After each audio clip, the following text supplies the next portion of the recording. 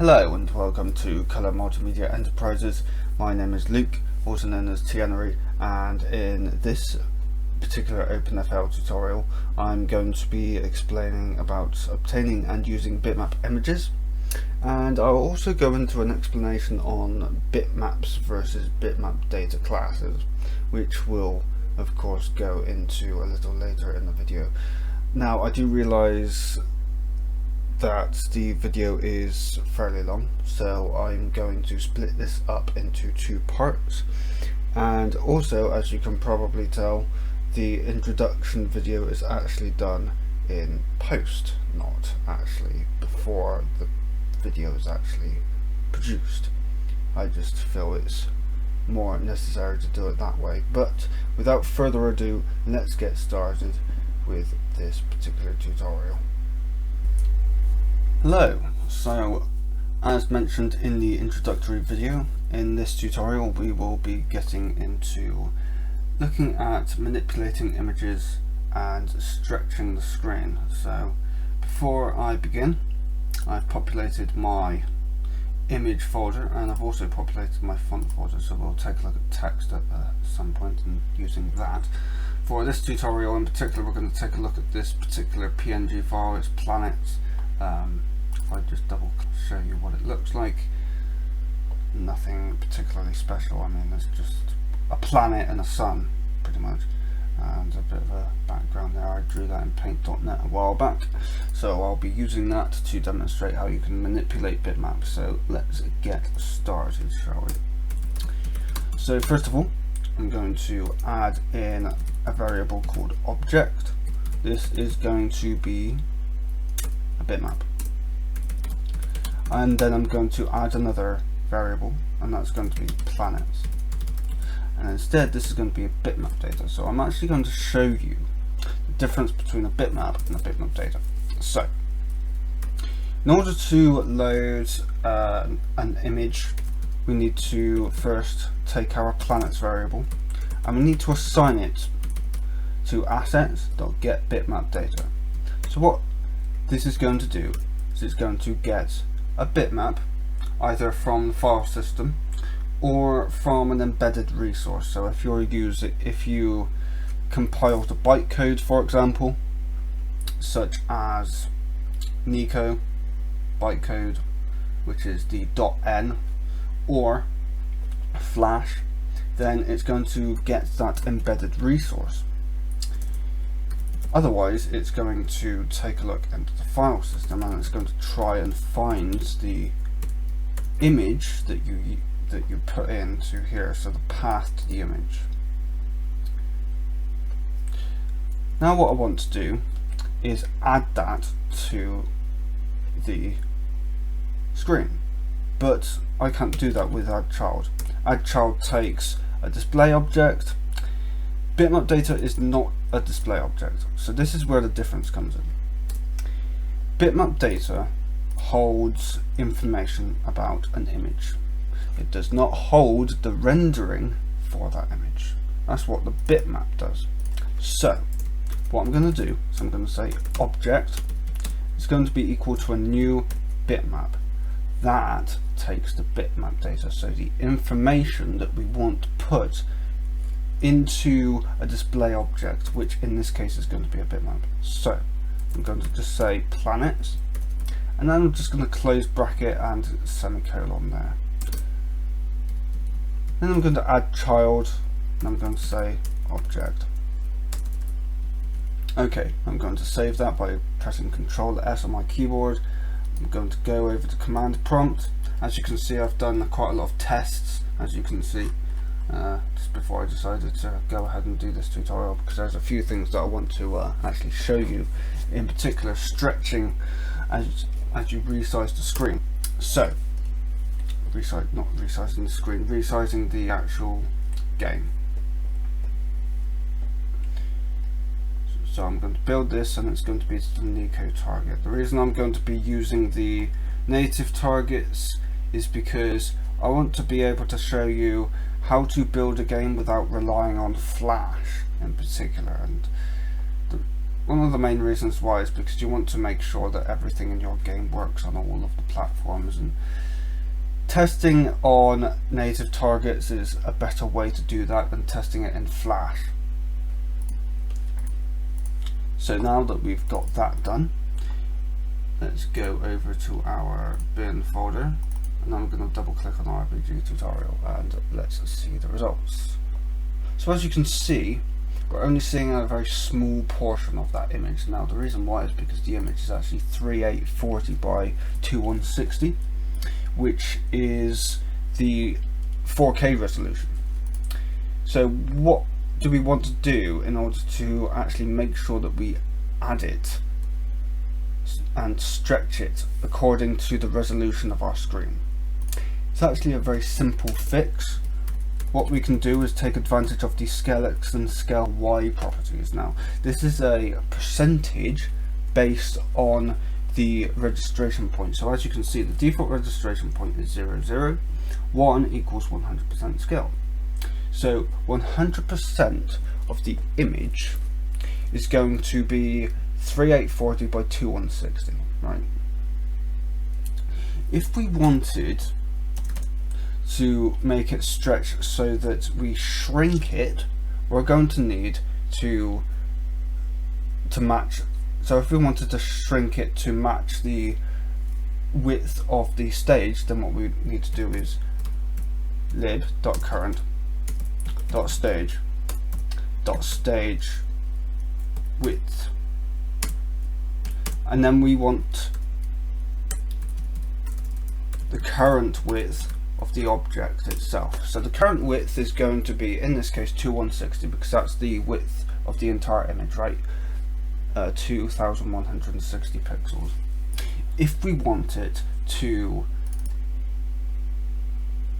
modify it so that it stretches to match the width of the stage, then we want to divide the width of the stage by the width of the object.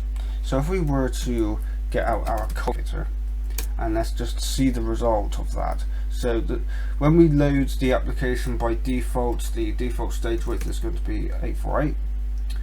So if we were to divide that by 2160, the result is going to be 0.39259 recurring, right? So that would be the result of scale X, and so as a consequence the width of the object is going to reflect that. So we'll do the same with stage.height as well. So object.height, save that. I'm going to rebuild and take a look at the results. Now the default position of the object is 0 by 0. So I don't actually need to specify X and Y for the object. So that's all good. Taken a while, probably because I'm recording. It's probably to be expected. In the right time. There we go. So let's take a look now at the results. So there, as you can see. But when I resize my application, I want this background image to stretch. Oh, it's all stretched and then it didn't. As you can see, it's being a bit wonky and weird for some reason. Okay, so the way that we can fix that is by adding a few more variables. So let's put in another variable, and I'm going to call this base width, right?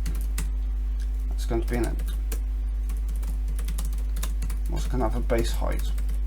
That's also going to be in it. So when I first load this application, what I want to do is I want to say base width is equal to lib.current.stage width, right? So basically what I'm saying here is I want to get the width and height of the stage when this application first loads, right? Then what I want to do is add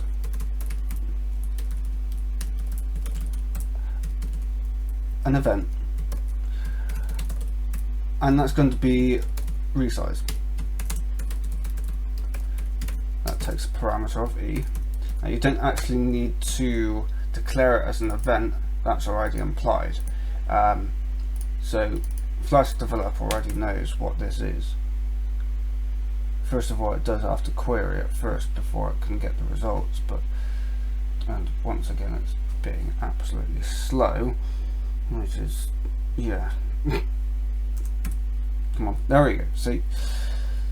So it already knows the type. It knows the type at compile time and not runtime. It can check that at compile time. So let's now stretch this object so that it resizes accordingly. Now, what I'm going to do is I'm going to get another variable and I'm going to call it initted. So when I load the application to start with, when I just double click on this, right, so when I double click this, the resize event has been dispatched already. When this application loads, the resize event is going to be dispatched. The reason why is because in order for the stage width and the stage height to be set, it needs to query the window handle. This application, Flash Developer, right?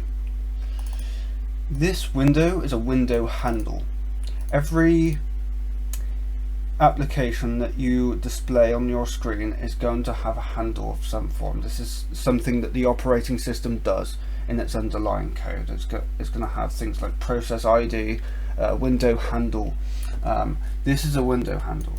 So in order to get the stage width and the stage height, what OpenFL has to do is it has to query the system, and it needs to query the window handle, and it's going to get the width of the window and put it into this stage object's property, stage width. Every time that happens, the resize event is going to be dispatched so that whenever the window handle is resized, not only is the stage width and the stage height properties are going to be modified, the resize event is also going to be dispatched as well. So not only do when we resize any application like that, for example, not only is the window handle being resized, but so does the stage as well, and that's where the underlying code comes in. It's going to be done internally like that. So in order to prevent any issues, what we want to do is we want to take this variable and we're going to say if not initted, we're going to say initted is equal to true, right? So when we first open our window, we want to say initted is equal to true, and that's to prevent any operations from happening to start with.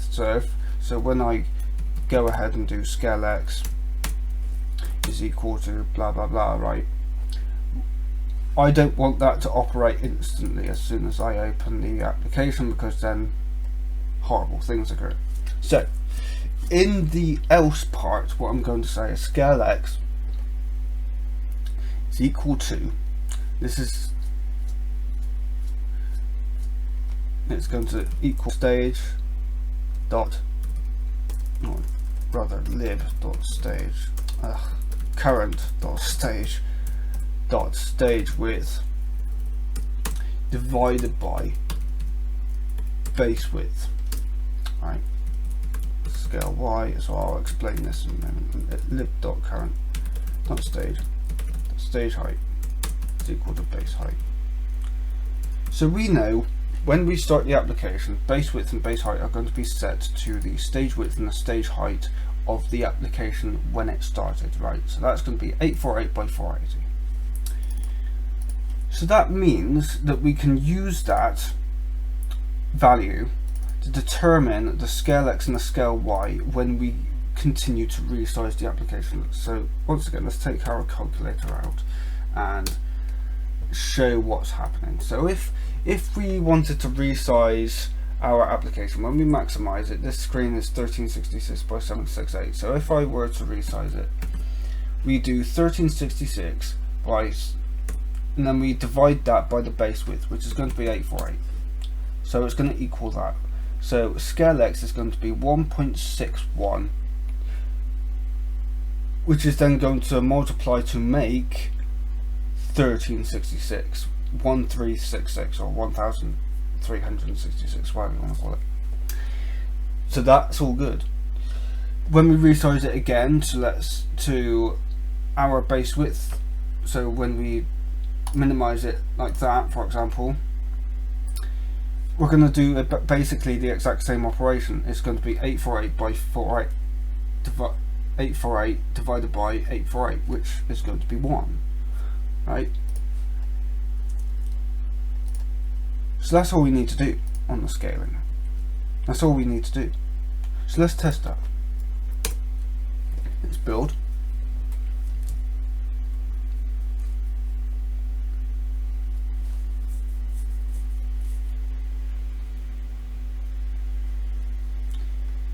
You can probably hear the fan being extremely loud.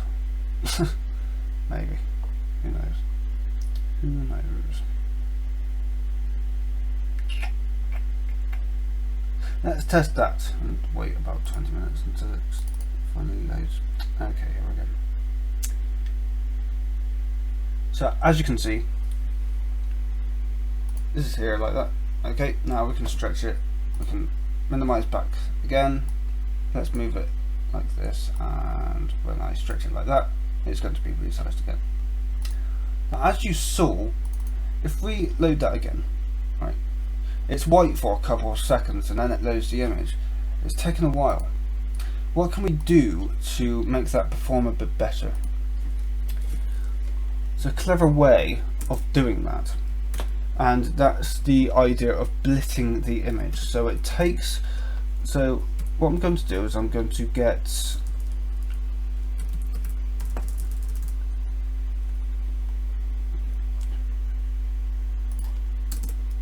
I'm going to create a new variable.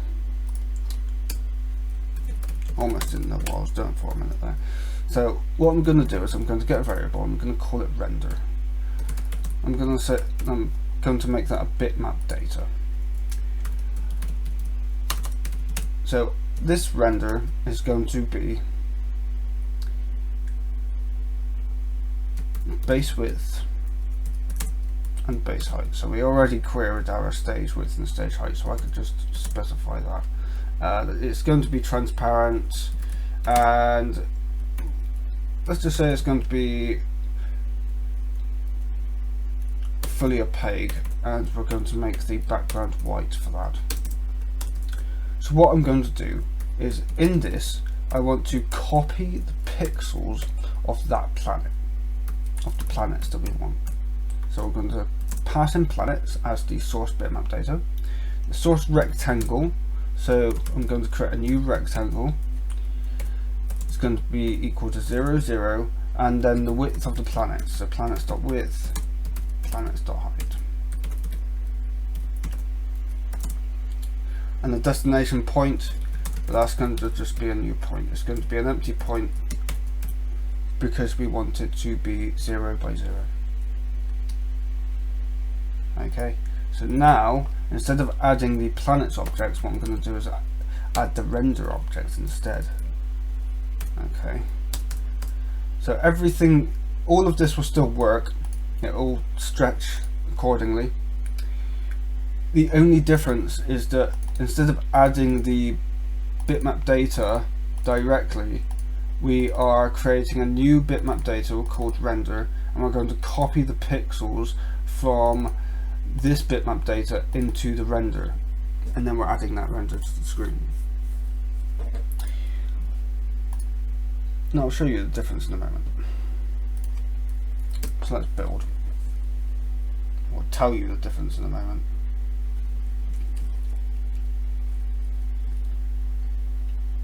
and see the difference.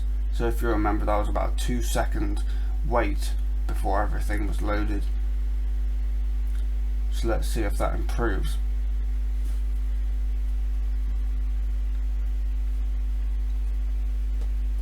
It should do.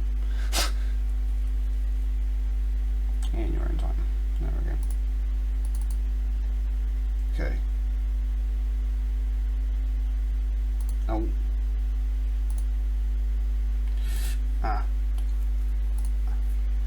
I said it would work. Now we need to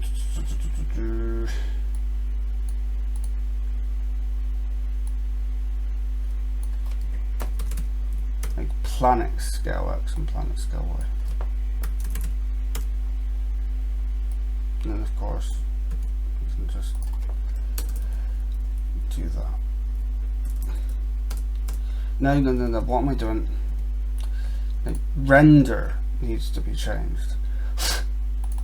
Don't know what I'm doing. Wait. It is object. Don't mind me. Objects, because obviously this is a display object and bitmap data isn't. It's not going to have the scale X property, so I don't know what I'm doing. Now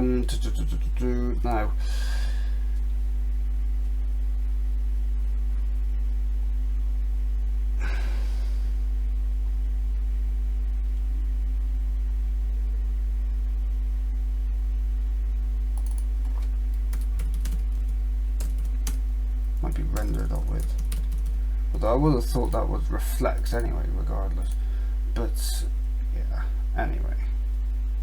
So I'm just going to quickly test that a moment just to make sure that that is in fact working. I did have a working example earlier, but for some reason it's not working today, this time even, for whatever reason that is. Don't ask me how.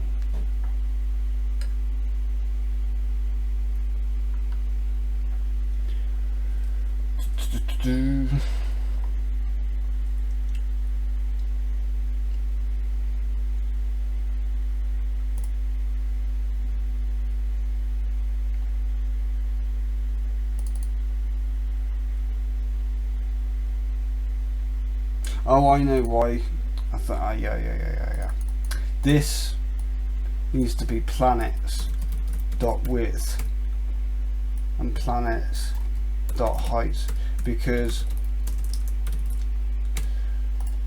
the render object is going to have a fixed width and height when we specify it, right, in the constructor. So this is the constructor here. When we say new bitmap data, we're going to basically create, we're calling the constructor when we do that.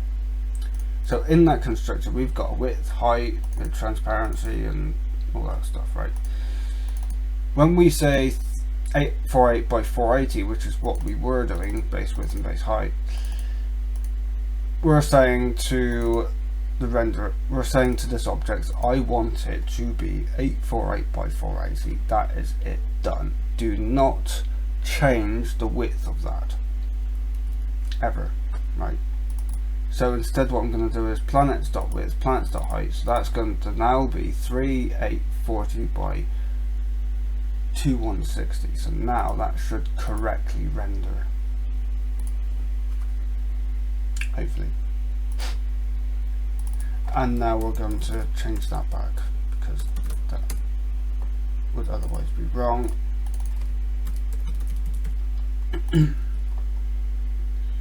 So let's change that back. I believe that is correct. If I'm not, then I don't know why I'm doing this, because I would be a terrible programmer otherwise, and I would be giving you misinformation, and obviously that's not what we want, is it? In your own time.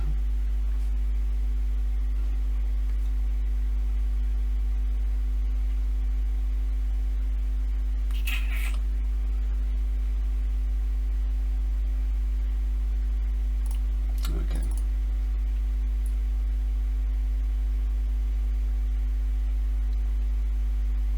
Okay, yeah, there we go.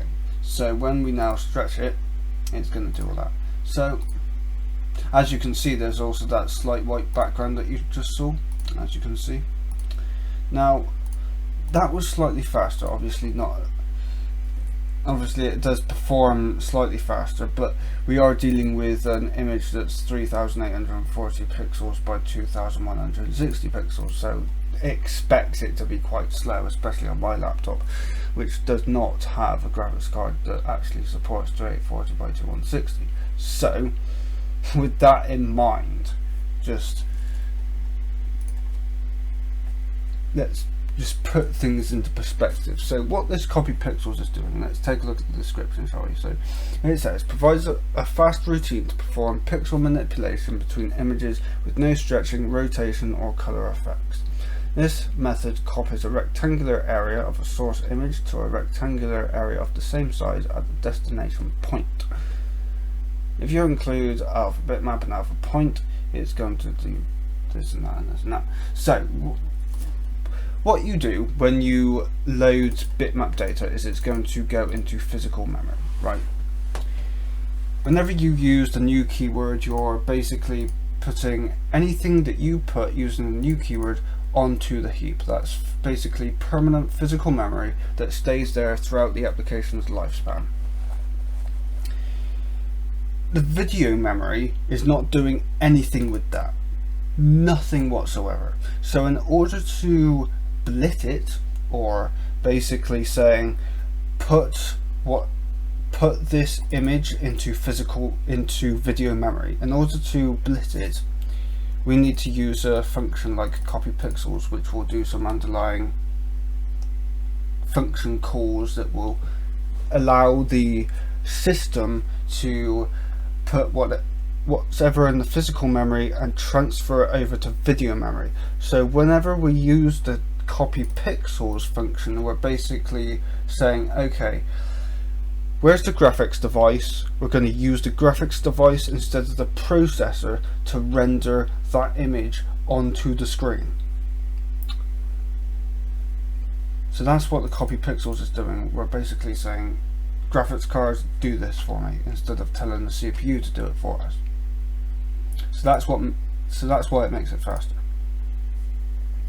And I would definitely recommend that you do that. Now there is a few pitfalls with always doing this. The reason why is because if you keep copying pixels, you need to be careful about ordering, for one thing, because every time you copy pixels from one bitmap into another, it's going to render the objects so many times, and obviously you have this ordering thing. So if I were to copy that line and copy and paste, this line here is going to be the last one that's rendered, which means that this version of the planet is going to be topmost, whereas all of the objects, anything that we render after that, is not going to be topmost, right? This is going to be like, say, the first index and the second index, for example.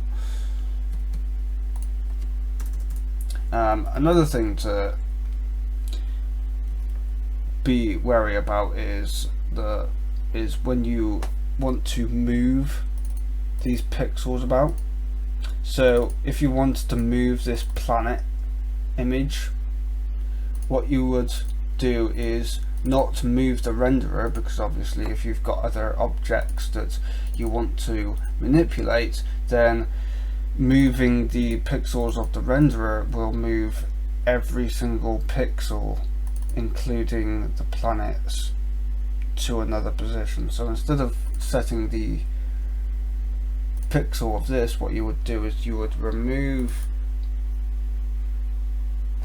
or not necessarily remove those pixels, but I'll go into more details in another tutorial. It does end up getting very complex very quickly. So yes, obviously that is one way of doing it, but but unless you understand blitting, which I'm not an expert on, then it's not necessarily the best way of doing it. So that's the tutorial on how to manipulate bitmaps. So you saw how to add an object onto the screen, render it. You also saw how you can dedicate video memory to rendering pixels instead of just relying on the CPU using this particular function here, copy pixels. And yeah, in the next tutorial we're going to be taking a look at fonts and adding that onto the screen and saying, okay, this is some text. It's actually a fairly simple tutorial, but I won't do it in this video, but I'll show you in the next tutorial. So thank you very much for watching. I hope you enjoyed, and I will see you next time.